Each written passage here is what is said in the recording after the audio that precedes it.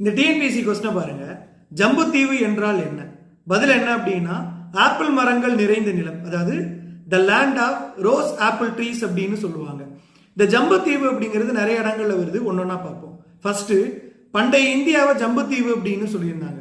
ரெண்டாவது, மாமன்னர் மருதுபாண்டியர் அவர்கள் வெளியிட்ட பிரகடனத்துக்கு பேரு ஜம்புத்தீவு பிரகடனம். ஏன் இந்த பிரகடனத்துக்கு ஜம்புத்தீவு பிரகடனம் பேர் வந்ததுக்கு ரெண்டு காரணம் இருக்கு. ஒன்னு, பண்டைய இந்தியாவோட பேரு ஜம்புத்தீவு அப்படிங்கிறதுனால.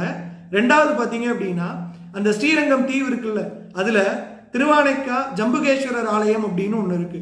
இந்த ஜம்புகேஸ்வரர் ஆலயத்தோட வரலாறை பத்தி பார்க்கும்போது, அந்த இடம் முற்காலத்துல நாவல் மரங்கள், அதாவது ஜம்பு மரங்கள் நிறைந்த காடா இருந்தது.